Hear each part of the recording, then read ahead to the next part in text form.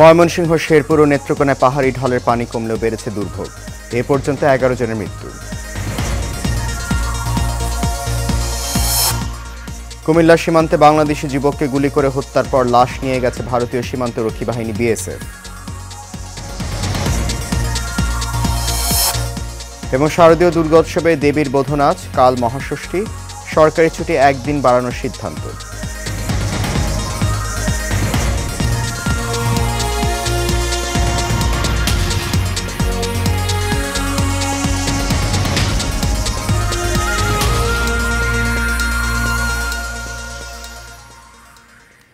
সবাইকে স্বাগত জানাচ্ছি এশিয়ান নিউজে। আপনাদের সাথে আছি আমি সৈয়দ মাহিউজ্জামান মুখর। শুনছেন বিআরবি কেবল ইন্ডাস্ট্রিজ লিমিটেড সংবাদ শিরোনাম। যাচ্ছে পুরো খবরে। টানা বৃষ্টি ও উজান থেকে নেমে আসা পাহাড়ি ঢলে শেরপুরে বন্যায় পাহাড়ি 4 নদীর পানি বিপদসীমার নিচ দিয়ে প্রবাহিত হচ্ছে। নদীর পানি কমলেও ঢলের পানি যেদিক দিয়ে নেমে যাচ্ছে সেসব অঞ্চলে নতুন নতুন এলাকা প্লাবিত হচ্ছে। শেরপুরে এখন পর্যন্ত ঢলের পানিতে ডুবে 11 জনের মৃত্যুর খবর পাওয়া গেছে। প্রতিনিধির তথ্যচিত্রে বিস্তারিত যাচ্ছেন আরভি ইসলাম হিমু। নতুন করে বৃষ্টি না হওয়ায় পাহাড়ি ঢলের পানি কমতে শুরু করেছে ময়মনসিংহ ও শেরপুরে। তবে নেত্রকোনায় ঢলের কারণে পানি এখনো বাড়ছে। এতে দুর্ভোগ কমছে না স্থানীয় বাসিন্দাদের। এদিকে বন্যা পূর্বাভাস ও সতর্কীকরণ কেন্দ্রের দেওয়া প্রতিবেদনে জানানো হয়েছে, ময়মনসিংহ বিভাগের কংস, সিচিরাম, শামেশ্বরী ও পুরাতন ব্রহ্মপুত্র নদ নদীগুলোর পানি বাড়ছে। আমরা কেউ একটা রাস্তাঘাটও দেন না, আমরা এরকম অসুবিধা থাকতেছি, আমরা কেউ সাহায্য সহায়তা করে না। 8 দিন ধরে আমরা খাওয়া দাওয়া কি সব বন্ধ। আমরা 2-3টা চিরামুড়ি আইনা আমরা খায়া জীবন বাঁচাইতেছি। আমরা কোনো সাহায্য কোনো কিছু দেয় না। জেলার 5 উপজেলার 1.5 লাখেরও বেশি মানুষ জলমগ্ন আছেন। বাড়ি ঘর ছেড়ে আশ্রয় কেন্দ্রে ঠাঁই নিয়েছেন অনেকেই। তবে খাবার ও বিশুদ্ধ পানির চরম সংকট দেখা দিয়েছে। বাড়ি ঘর তলায় গেছে, গরু ছাগল সব গেছে গা বাসা। আমরা খুব ক্ষতিগ্রস্ত। আমরা এই খাওয়া দাওয়ার সমস্যা। এদিকে বন্যা পরিস্থিতির অবনতি হয় প্লাবিত হয়েছে নতুন নতুন এলাকা। এতে পানিবন্দী জীবনযাপন করছেন লক্ষাধিক মানুষ। আরভি ইসলাম হিমু, এশিয়ান টেলিভিশন। কুমিল্লা সীমান্তে বিএসএফের গুলিতে কামাল হোসেন নামে এক বাংলাদেশি নিহত হয়েছেন। পরে তার মরদেহ ভারতে নিয়ে যাওয়া হয়। সোমবার সন্ধ্যায় জেলার সদর দক্ষিণ উপজেলার গলিয়ারা উত্তর ইউনিয়নে পাহাড়পুর গ্রামের যশপুর বিওপির কাছে ঘটনা ঘটে। নিহত কামাল হোসেন সদর দক্ষিণ উপজেলার কুরিয়াপাড়া গ্রামের ইদু মিয়ার ছেলে। 10 বিজিবি অধিনায়ক লেফটেন্যান্ট কর্নেল ইফতেখার হোসেন বিষয়টি নিশ্চিত করেন। জানা যায়, সন্ধ্যায় পাহাড়পুর সীমান্তে কাঁটাতারের বেড়া পেরিয়ে অবৈধভাবে ভারতে প্রবেশ করেছিলেন কামাল। বিএসএফের গুলিতে ঘটনাস্থলে তিনি নিহত হন। পর বিএসএফ সদস্যরা একটি অ্যাম্বুলেন্স যোগে তার মরদেহ নিয়ে যায়।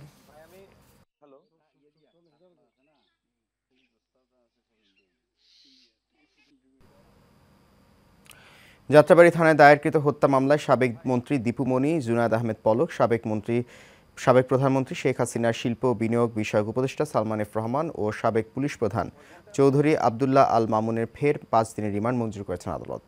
মঙ্গলবার ঢাকার চিফ মেট্রোপলিটন ম্যাজিস্ট্রেটের একটি আদালত এই আদেশ দেন। এছাড়া যাত্রাবাড়ী থানার আলাদা হত্যা মামলায় ঢাকা মহানগর গোয়েন্দা পুলিশের লালবাগ বিভাগের সাবেক উপ পুলিশ কমিশনার মশিউর রহমান, সাবেক পুলিশ প্রধান চৌধুরী আবদুল্লাহ আল মামুন 4 দিনের রিমান্ড মঞ্জুর করেছেন আদালত।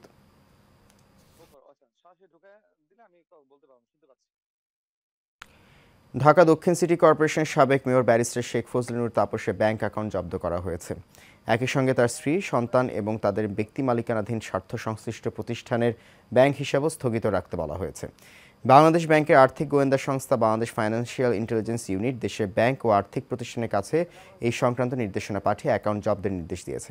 অন্যদিকে জাতীয় সমাজতান্ত্রিক দলের সভাপতি হাসানুল হক ইনু, ঢাকা 8 আসনের সাবেক সংসদ সদস্য আফম বাহাউদ্দিন নাসিম এবং ঢাকা মেট্রোপলিটন পুলিশের সাবেক যুগ্ম কমিশনার বিপ্লব কুমার সরকারের ব্যাংক হিসাব জব্দ করা হয়েছে। একই সঙ্গে তাদের স্ত্রী, সন্তানের ব্যক্তি মালিকানা ও স্বার্থ সংশ্লিষ্ট প্রতিষ্ঠানের ব্যাংক হিসাবও স্থগিত রাখতে বলা হয়েছে। সোমবার বিএফআইইউ এর সংশ্লিষ্ট এক ঊর্ধ্বতন কর্মকর্তা গণমাধ্যমকে তথ্য নিশ্চিত করেছেন।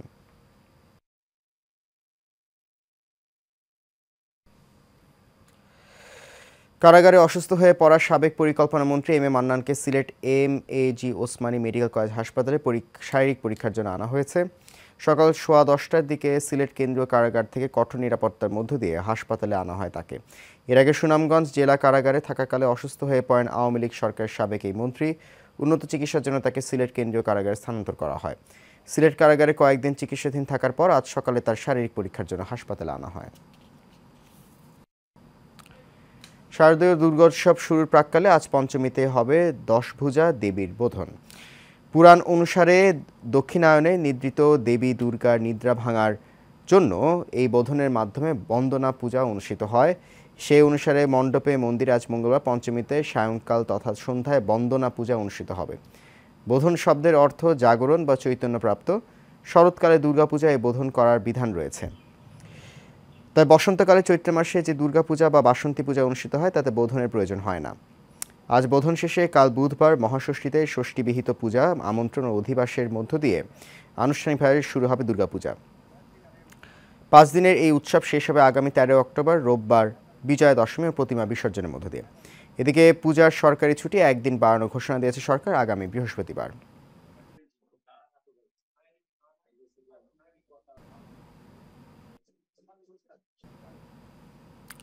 দুর্গাপূজার সবশেষ খবর জানাতে গাজীপুর থেকে যোগ দিচ্ছেন সহকর্মী আরিফ খান আবির। আবির, দুর্গাপূজার সবশেষ খবর কি আছে গাজীপুরে আমাদেরকে জানান। মুখর, আপনি যেমনটি বলছিলেন, শারদীয় দুর্গা উৎসবের যে ডাকঢোলের এবং উলুধ্বনির শ্বাস রব রব যে একটি ব্যাপার, সেটি কিন্তু গাজীপুরে ইতিমধ্যে শুরু হয়ে গেছে।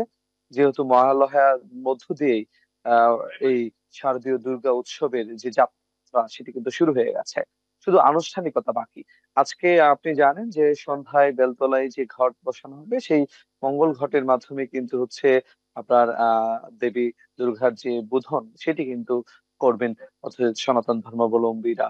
এবং সেই বোধনের মধ্য দিয়ে যে অকাল বোধনও বলা হয় এটিকে, যেহেতু শ্রীরাম আপনার মা দুর্গাকে আপনার অকালে আহ্বান জানিয়েছিলেন, যার কারণে এটিকে অকাল বোধন বলা হয়। এবং সেই অকাল বোধনের পরে কিন্তু অর্থাৎ মূলত দেবীকে জাগ্রত করা হয় এবং সেই জাগ্রতের মধ্য দিয়ে কিন্তু আগামীকালকে বিহিত পূজা মধ্য দিয়ে মহাষষ্ঠী ও আনুষ্ঠানিকতা হবে। এবং সেই আনুষ্ঠানিক মধ্য দিয়ে মূলত এই শারদীয় দুর্গা উৎসবের যে আনুষ্ঠানিকতা সেটি কিন্তু আপনার শুরু হয়ে যাবে। যার কারণে আপনার এখানকার যে সনাতন ধর্মাবলম্বীরা রয়েছেন তাদের কিন্তু শেষ মুহূর্তের যে প্রস্তুতি সেটি কিন্তু আপনার দেখা যাচ্ছে। যেখানে যে আপনার রয়েছে আমরা মাওনা বাজার যে শারদীয় দুর্গা মন্দির, সেটিতে কিন্তু আমরা এখন রয়েছি। আপনারা দেখতে পাচ্ছেন যে এখানে আপনার রং তুলি শেষ আঁচড়ের কাজ এবং দেবীকে সাজানোর যে কর্মযজ্ঞ রয়েছে সেটি কিন্তু চলছে। তো তারপরে আপনার আমরা যদি কথা বলেছি যে অর্থাৎ পূজার সার্বিক নিরাপত্তা নিয়ে কিন্তু বারবার প্রশ্ন হচ্ছিল, তো সেক্ষেত্রে কিন্তু প্রশাসনের পক্ষ থেকে কিন্তু সর্বোচ্চ ব্যবস্থা কিন্তু রাখা হয়েছে। জেলা পুলিশ সুপার যিনি আবুল কালাম আজাদ, তিনি জানিয়েছেন যে অর্থাৎ নিরাপত্তার বিষয়টি কিন্তু নিশ্চিত করা হবে। এখানকার পূজা উদযাপন কমিটির সভাপতি রয়েছেন। আপনাদের নিরাপত্তার বিষয়ে প্রশাসন কি ধরনের আশ্বাস দিয়েছে? আমাদের নিরাপত্তার জন্য পরিপূর্ণ ভাবে ওনারা নিরাপত্তা করতেছে, বিচ্ছিন্ন ভাবে করতেছে। কিছুক্ষণ পর পর র্যাব আসতেছে, পুলিশ আসতেছে, তারপরে আপনার সেনাবাহিনী আসতেছে, বিজিবি আসতেছে, সবাই আমাদেরকে সাহায্য করে থাকে। যে শুনছিলেন আসলে প্রশাসনের পক্ষ থেকে যে আপনার পূজা মন্দিরগুলো মণ্ডপে যে নিরাপত্তা চাদরে ঢেকে ফেলার যে কার্যক্রমগুলো চলছে, সেইভাবে তারাও নিরাপত্তা নিয়ে যে উদ্বিগ্নতা ছিল সেটি কিন্তু অনেকটাই এখন কেটে গেছে। মুখর। আবির, আপনাকে ধন্যবাদ। আমাদের সহকর্মী আরিফ খান আবির গাজীপুর থেকে জানছেন দুর্গাপূজার প্রস্তুতির সবশেষ খবর।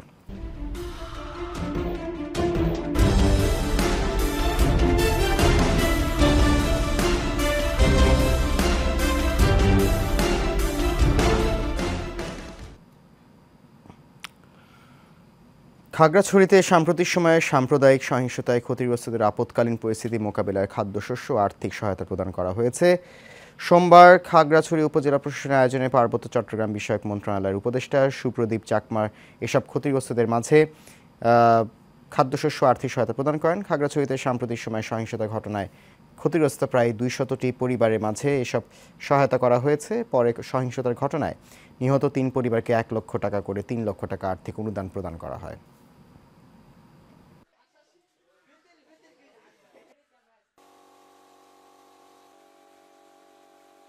হিন্দু ভাইদের পাশে থেকে আমরা সকল দুর্গা উৎসব যাতে শারদীয় উৎসব সার্বজনীনভাবে উদযাপিত করতে পারে তার জন্য কালিয়াকৈর উপজেলা বিএনপি এবং অঙ্গ সংগঠনের পক্ষ থেকে আমরা প্রয়োজনীয় ব্যবস্থা গ্রহণ করব।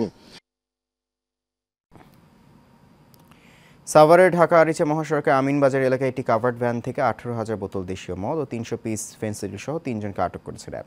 গোপন সংবাদের ভিত্তিতে আমিনবাজার 20 শয্যা বিশিষ্ট হাসপাতালের সামনে থেকে কাভার্ড ভ্যানটি জব্দ করা হয়। এ সময় আটক করা হয় কাভার্ড ভ্যান চালক বিশু রহমান, তার 2 সহযোগী আবদিন ও আলিমকে। র্যাব জানায় জব্দকৃত মাদকের আনুমানিক মূল্য প্রায় 5 কোটি টাকা। চুয়াডাঙ্গা জেলার দর্শনা থেকে চট্টগ্রামের উদ্দেশ্যে যাচ্ছিল কাভার্ড ভ্যানটি।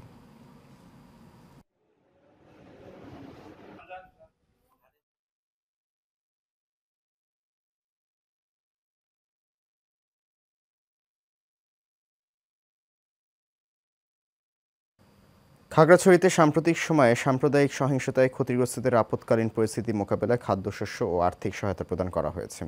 সোমবার খাগড়াছড়ি উপজেলা প্রশাসনের আয়োজনে পার্বত্য চট্টগ্রাম বিষয়ক মন্ত্রণালয়ের উপদেষ্টা সুপ্রদীপ চাকমার এসব ক্ষতিগ্রস্তদের মাঝে এসব খাদ্যশস্য ও আর্থিক সহায়তা প্রদান করেন। খাগড়াছড়িতে সাম্প্রতিক সময়ে সহিংসতার ঘটনায় ক্ষতিগ্রস্ত প্রায় 200 পরিবারের মাঝে এসব সহায়তা করা হয়েছে। পরে সহিংসতার ঘটনায় নিহত 3 পরিবারকে 1 লক্ষ টাকা করে 3 লক্ষ টাকা আর্থিক অনুদান দেওয়া হয়।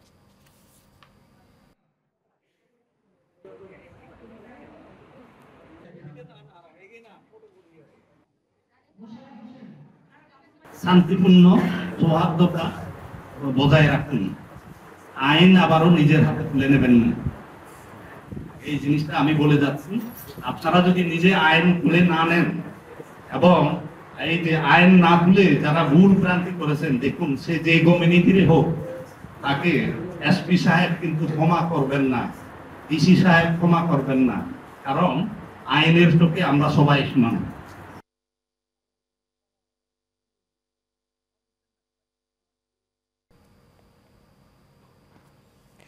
দর্শক, এই মুহূর্তে আমাদের সহকর্মী আসাদুজ্জামান আসাদ জেলা প্রশাসক কার্যালয়ে আছেন, সরাসরি চলে যাচ্ছি তার কাছে আমরা। আসাদ, সেখানে সবশেষ পরিস্থিতি কি আমাদেরকে জানান। ধন্যবাদ মুখর। আমি এই মুহূর্তে রয়েছি রাজধানী যে জজকোর্ট রয়েছে জেলা প্রশাসনিক কার্যালয়ের সামনে। আপনি দেখতে পাচ্ছেন যে পিছনে সার্ভে ডিপ্লোমা ইঞ্জিনিয়ারিং যারা রয়েছে তারা কিন্তু 10ম গ্রেডের যারা বেতনের দাবিতে তারা এখানে আজকে অর্ধ দিবস কর্মবিরতি এবং ধর্মঘট। কারণ আপনি জানেন যে তারা কিন্তু বাংলাদেশের বিভিন্ন যে ডিজিটাল সার্ভে বলেন, নদী খনন বলেন, ভূমি জরিপ বলেন, বিভিন্ন কাজে কিন্তু তারা জড়িত রয়েছে। তাদেরকে আসলে সার্ভে তারা কাজ করছে, কিন্তু তাদেরকে আসলে বৈষম্য এখানে তাদেরকে বৈষম্যের ভিতরে রাখা হয়েছে। তারা যেটা বলছেন যে আসার পরেও তাদের কর্মস্থলে এসে কেন তাদেরকে বৈষম্যের শিকার হতে হবে। এখানে কিন্তু ছাত্র রয়েছে এবং এখানে যারা পেশাজীবী রয়েছে তারাও কিন্তু রয়েছে। দেখতে পাচ্ছেন এই আজকে কিন্তু দ্বিতীয় দিনের মতো তারা এই অর্ধ দিবস ধর্মঘট পালন করছে। আমি যদি একজনের সাথে এখানে কথা বলতে চাই যে এই যে এখানে যারা রয়েছে সার্ভে ডিপ্লোমা ইঞ্জিনিয়ারিং যে 10ম গ্রেডের জন্য আপনাদের দাবি সপক্ষে কি কি প্রমাণ রয়েছে যে আপনারা যে দাবি করছেন বলুন। ধন্যবাদ আপনাকে একটু সুন্দর প্রশ্ন করার জন্য। 10ম গ্রেড দাবির প্রেক্ষিতে কি প্রমাণ রয়েছে আমি একটু বলি। 1994 সালে 164 নং স্মারক আদেশে জনপ্রশাসন মন্ত্রণালয় প্রজ্ঞাপন জারি করেছে। সেখানে পরিষ্কার করে বলে দিয়েছে বাংলাদেশের ডিপ্লোমা প্রকৌশলীগণ 10ম গ্রেডে অধিকারী হবেন। ওই বছরই একই সাথে এই কথাটি গেজেট আকারেও প্রকাশ হয়েছে। ইতিমধ্যে সেই প্রজ্ঞাপনের প্রেক্ষিতে বাংলাদেশে 32টি টেকনোলজির মধ্যে একমাত্র সার্ভে ডিপ্লোমা বাদে 31টি টেকনোলজি 10ম গ্রেডে উন্নতি হয়েছে। কেবলমাত্র আমরাই হতভাগা, আমরাই বঞ্চিত যে আমরা 10ম গ্রেডের স্বাদ পাইনি। আমি আরেকটু বলি, আপনি জানেন সেই জনপ্রশাসনের সুপারিশের প্রেক্ষিতে যেসব টেকনোলজি গুলো 10ম গ্রেড হয়নি, পুনরায় 2013 সালে জনপ্রশাসন মন্ত্রণালয় পুনরায় আবার সুপারিশ করে যে সার্ভে বিষয়ে ডিপ্লোমা যারা করেছেন তাদেরকে 10ম গ্রেড দেওয়া হোক। কিন্তু অত্যন্ত পরিতাপের বিষয়, বেদনার বিষয়, অর্থ মন্ত্রণালয় সেই আবেদনটিও আমাদের মঞ্জুর করেননি। এরপরে 2018 সালের শিক্ষানীতি, কারিগরি শিক্ষানীতিমালায় বাংলাদেশ গেজেটে প্রকাশ হয়েছে যে কোন কোন ডিপ্লোমা প্রকৌশলী কোন 10ম গ্রেড হবে। সেখানে সুস্পষ্ট করে দেওয়া আছে সার্ভিং ডিপ্লোমারাও 10ম গ্রেডের অন্তর্ভুক্ত। অথচ আমার এই বিগত সরকার আমাদের সেই সব আইন কানুন বিধি বিধান প্রজ্ঞাপন সব উপেক্ষা করে আমাদেরকে বৈষম্যের শিকার করা হয়েছে। এই দাবির পক্ষে কি সরকারকে আপনি অবগত করেছিলেন? হ্যাঁ, ধন্যবাদ আপনাকে। আমরা এই দাবির প্রেক্ষিতে মাননীয় প্রধান উপদেষ্টা বরাবর আমরা স্মারকলিপি দিয়ে মাননীয় জেলা প্রশাসক অর্থাৎ 64 জেলার মাননীয় জেলা প্রশাসক মহোদয়ের মাধ্যমে মাননীয় প্রধান উপদেষ্টা বরাবর স্মারকলিপি দিয়ে আমাদের প্রমাণপত্র সহ আমাদের দাবির প্রেক্ষিতে যেসব কাগজপত্র রয়েছে তার ধারাবাহিকভাবে তুলে ধরে সুস্পষ্ট ভাবে স্মারকলিপি দিয়ে আমরা জানান দিয়েছি যে আমরা এই কারণে আমরা পাই এবং আমাদের প্রতি বৈষম্য করা হচ্ছে। কিছু কি বলেছে এখান থেকে? মাননীয় প্রধান উপদেষ্টা মহোদয় আমাদের এই বিষয়টি জানতে পেরেছেন কিনা আমি জানি না। যদি জানতে না পারেন, আপনার এই মিডিয়ার কল্যাণে আমি বিনয়ের সাথে বলতে চাই, মাননীয় প্রধান উপদেষ্টা মহোদয়, আপনি বিশ্বের বিবেক, পুরা বিশ্ব আপনাকে আদর্শ রোল মডেল হিসেবে দেখে। আমরা সেই সম্মানের জায়গা থেকে সর্বোচ্চ শ্রদ্ধা নিয়ে জানাতে চাই আপনি আমাদের বিষয়টা স্পেশালি একটু দয়া করে দেখুন। এই কতদিন পর্যন্ত আপনার চলমান রাখেন? আমাদের জানেন ইতিমধ্যেই আমরা সংবাদ সম্মেলন করেছি, আমরা অর্ধ দিবস কর্মবিরতি করেছি, আমরা পূর্ণ দিবস কর্মবিরতি চলছে। আমার বিশ্বাস আমাদের এই কর্মবিরতির মধ্য দিয়েই আমাদের কর্তৃপক্ষ, আমাদের মাননীয় জেলা প্রশাসক মহোদয়, আমাদের ভূমি মন্ত্রণালয়ের মাননীয় উপদেষ্টা মহোদয় পর্যন্ত আমরা আবেদন দিয়েছি। তিনিও বিষয়টি অবগত রয়েছেন, তিনিও আশ্বস্ত করেছেন। মাননীয় জেলা প্রশাসক মহোদয় বলেছেন যে আপনাদের বিষয়টা অত্যন্ত যুক্তি। আমরা মনে করি, আমরা দাবি রাখি যে আপনারা দ্রুত পান। বলছেন যে আমি জেলা প্রশাসক আমার অবস্থান থেকে যেটুকু করার তিনি করছেন, তা আমরা আশাবাদী। আসাদ, আপনাকে ধন্যবাদ। আমাদের সহকর্মী আসাদুজ্জামান আসাদ ঢাকা জেলা প্রশাসক কার্যালয়ের সামনে থেকে সেখানকার সবশেষ পরিস্থিতি জানাচ্ছিলেন। চলে আছে এক্সিম ব্যাংক বাণিজ্য সংবাদে।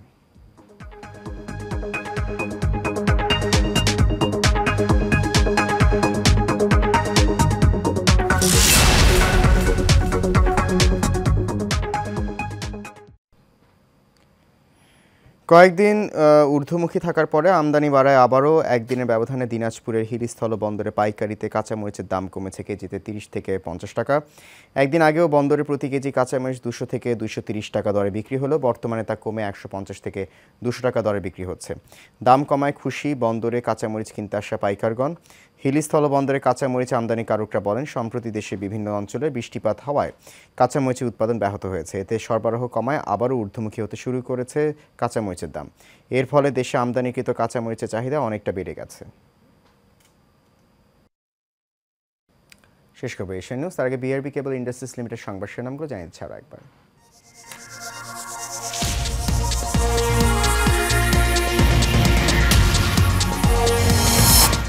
ময়মনসিংহ, শেরপুর ও নেত্রকোনা পাহাড়ি ঢলের পানি কমলেও বেড়েছে দুর্ভোগ, এ পর্যন্ত 11 জনের মৃত্যু। কুমিল্লার সীমান্তে বাংলাদেশি যুবককে গুলি করে হত্যার পর লাশ নিয়ে গেছে ভারতীয় সীমান্তরক্ষী বাহিনী বিএসএফ।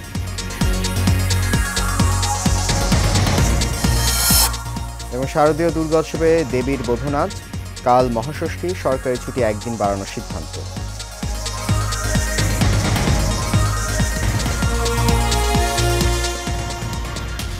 এশিয়া নিউজ এ পর্যন্ত। আমাদের পরবর্তী সংবাদ দেখার আমন্ত্রণ রইল। আপনাদের সঙ্গে থাকার জন্য অনেক ধন্যবাদ।